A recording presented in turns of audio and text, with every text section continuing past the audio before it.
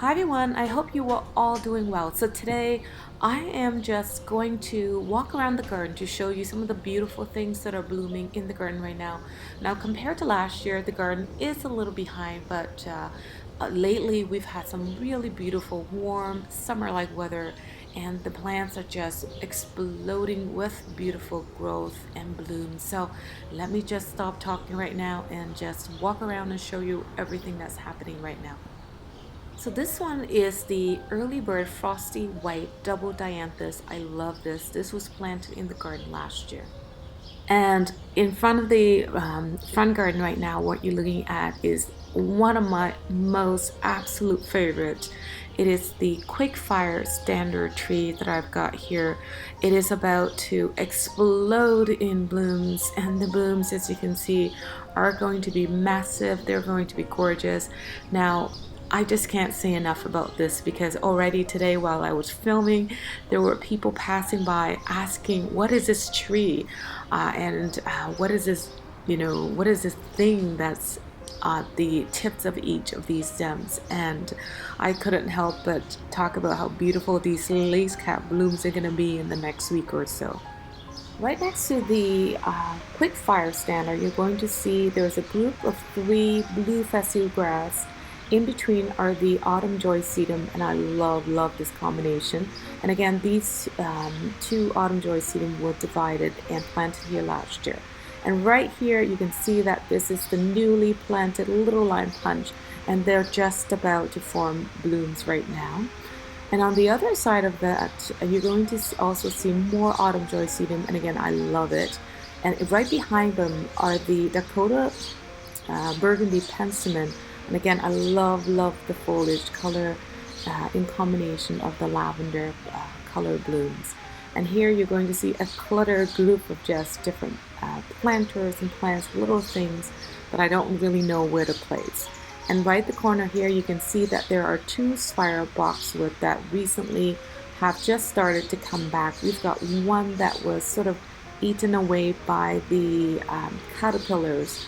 And so all the new growth was just decimated, but it is, like I said, coming back right now.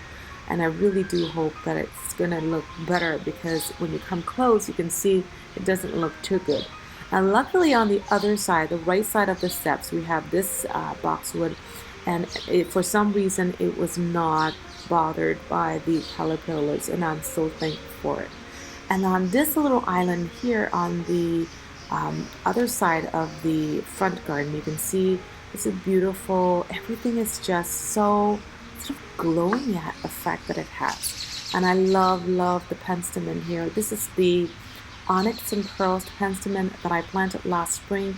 I had just the one stem, and that has now grown into a group of 6 or so stems. And again, the snow carpet alyssum, it's one of my husband's favorite plants, really. And so I try to plant something that he likes and so that he could enjoy the garden with me.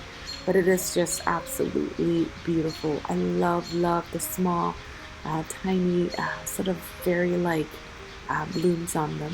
And again, another closer look at the sort of a whitish color blooms of the penstemon, and I love this. In contrast to the other penstemon that I've got, this one is more on the whiter side. And again, it's a bit on the taller side as well.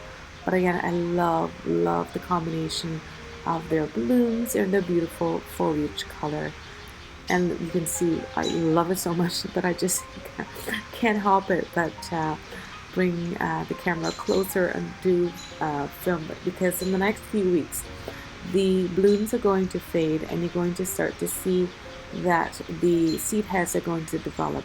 And right behind that, you're going to see it's the Chelsea Clematis, and again, it's got that sort of lavender blue color blooms that I also love. And you can kind of see the sort of the link here between all the different blooms that I've got going on here. As you can see, I do love that sort of lavender blue color of these blooms. And here's another beautiful view combination of all the plants in this island bed. So right in the middle of the three crystal blue savvy on this island, it is the quickfire fab, and it's supposed to be an early blooming Panicle hydrangea that's full instead of the lace cap. and it's supposed to be blooming any minute now. But because it's surrounded by so many plants and it's a little bit shaded, so it looks like it might be a little bit behind. But as you can see, it's not going to be very far behind because the blooms are forming here. So we're going to make our way to the back right now, and as you can see, this is just a view of the back garden from the left side towards the right side, and I just want to show you the entire view because I know sometimes you want to know what it looks like and what I'm actually seeing from sitting here in the back.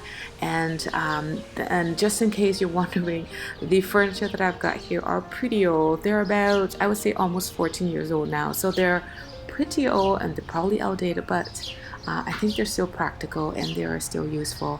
And we've also got the umbrellas up today because it's really, really warm. It's hot, and we've been out here enjoying beautiful summer-like weather. And what you're looking at here is a little piece of the Firelight Hydrangea that I accidentally divided earlier in the spring. And as you can see, even though it is a tiny plant, the panicles or the blooms are forming. So soon we're going to see that these are going to start blooming just as early as the plants that are in the ground. And at the base of this are just a few of the annuals that I've sown from seeds this year. I've got calabraculas, I've got petunias, I've got alyssum, and here on this side you can see this is my most recent Panicle hydrangea. It is the Limelight Prime, and I just planted in the planter here this morning, and I did not get to record it because I actually forgot to press the record button, so I didn't get to record. But as you can see, I got it planted, and it is also starting to form buds as well. So I cannot wait to see how beautiful the blooms are going to be compared to the original Limelight, because you can see the color here possibly could be better than the original, but that's for us to see. And here's just a close-up of the buds that are forming on the Limelight right now, and it looks like it may be an earlier bloomer compared to the original Limelight. And here is the Endless Summer Original. It is one of the very few Macrophylla hydrangeas that I've got lots of blooms on Owood, and I'm so excited. And here's a little close-up of the William Morris David Austin rose that I thought I had lost, but it is actually growing and coming back.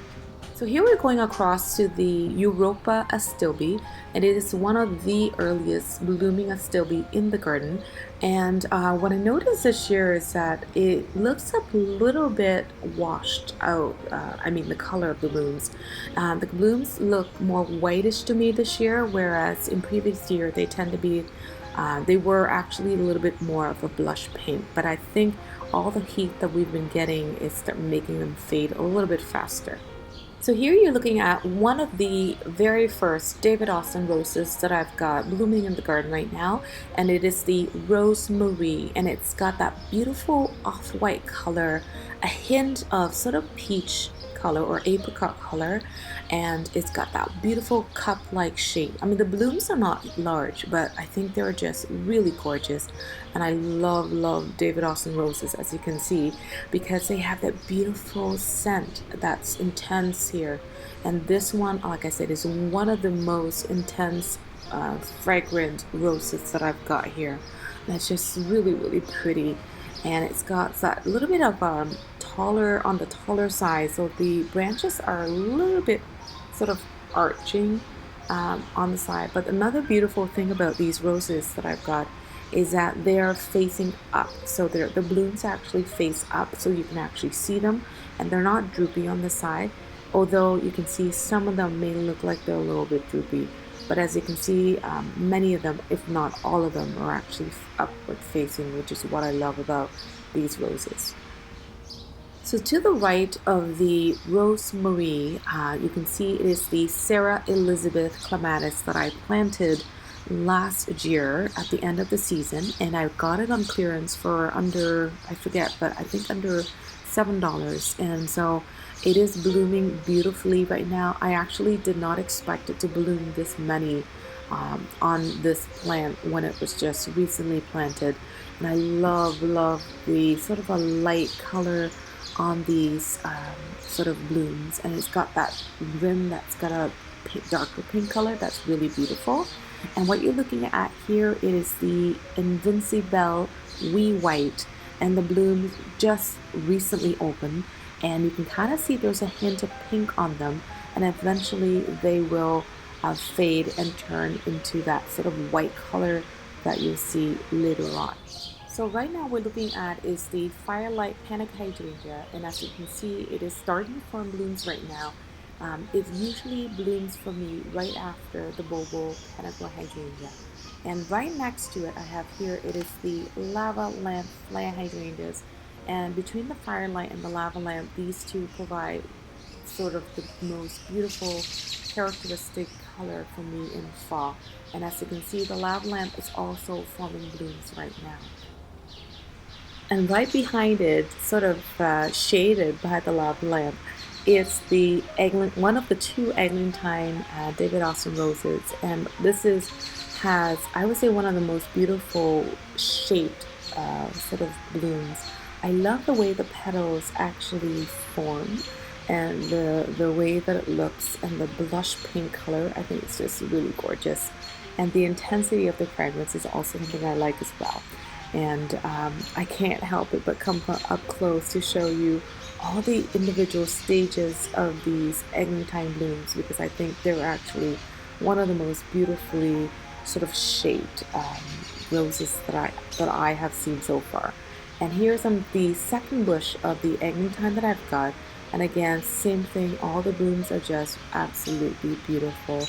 And here's another look at the Dakota Burgundy Penstemon as we come across to look at the eglantine David Austin roses one more time. Again, tons of blooms on these, and the fragrance is just so intense. And I've got two chairs, and I sit there almost every morning since they started blooming about 2 weeks ago, because you can actually scent the beautiful fragrance, and you don't really have to be that close to really smell it. I sit at about 5 to 6 feet away, and I can actually still smell the strong fragrance from these eglantine roses. And I think, like I said, they're just really pretty. Regardless of what stage, they all look so pretty. And here's another look back to the other side of the garden. And now you can see the Night Salvia, as well as the Dakota Penstemon, or Dakota Burgundy Penstemon. I love this one. I think this is one of the most prettiest plants ever. I love the seed head, I love the blooms, and I love the way the stalks sort of form, and I love the color of the foliage. But as we come close, you can see this is the Lichfield Angel David Austin roses. And I've got a group of 3 plants in here, and they are just absolutely beautiful. And now I'm looking at them, and I just can't help it but come up close, because I think the roses are just so pretty, and especially when they're full of blooms like this, I think it's just nothing more beautiful than looking at sort of a bush of upright blooms, and they're just facing, and they're intense, they're beautiful in color, and they're just so fragrant. And again, like I said before, I love them because they've got this beautiful scent on them that's just so intoxicating, and it just, I don't know, it just blows me away. So for the last, like I said earlier, for the last week and a half, or almost 2 weeks now, I have been out here every morning with a cup of coffee to enjoy them just before I get up to go to work. So it's just my way of sort of preparing myself for the day, is a coffee in hand, and right next to these roses at this time of the year. And then another thing I like about this is the contrasting sort of foliage or texture with the Night Salvia and the roses. I think they complement each other very well. And here is just the alyssum. This is the Royal Carpet alyssum that I sowed from seeds that I actually collected last year. And all of my happy returns day lily are actually blooming as well, and they're actually covered in bloom stalks. And all of the Bobo hydrangeas are also forming buds, and they're about to bloom as well. So looking at the group of 2 clematis right now, it is the Piilu and the Westerplatte, and this is about 6 years old. No, actually, it's 5 years old. And just last week during that windstorm and with hail that we had, I actually had this. Many of the vines actually collapsed. So I saw that, and I actually ran out in the middle of the wind and windstorm and pull all the vines back up and clip them to the trellis. So luckily I didn't lose the vines, because I was expecting to have many of the vines to be broken, but thankfully they're okay, and we are showered with so many beautiful blooms here. It is the Westerplatte, that's the dark burgundy color, and the Piilu, that's that lavender color. And again, you can see that lavender color here in the Calabracoa as well. And they're just so beautiful. And here is the close-up of the hydrangea that I sowed in seed. So it looks like this one may be a late bloomer because no sign of blooms yet. But this one here is a little baby of the Quickfire Fab that I transplanted here early in the season, and it is about to bloom as well. And if you look a little closer, you can kind of see that X shape of the florets on these Quickfire Fab Panicles, and I think it's just really pretty. So can't wait to see all of these bloom. And here's a close-up of the Bobo Panicles that are about to open. And just before I go, I want to say thank you so much for spending time with me today. I hope you enjoyed the video, and take care of yourself, everyone, and I will see you on the next video. Bye bye for now.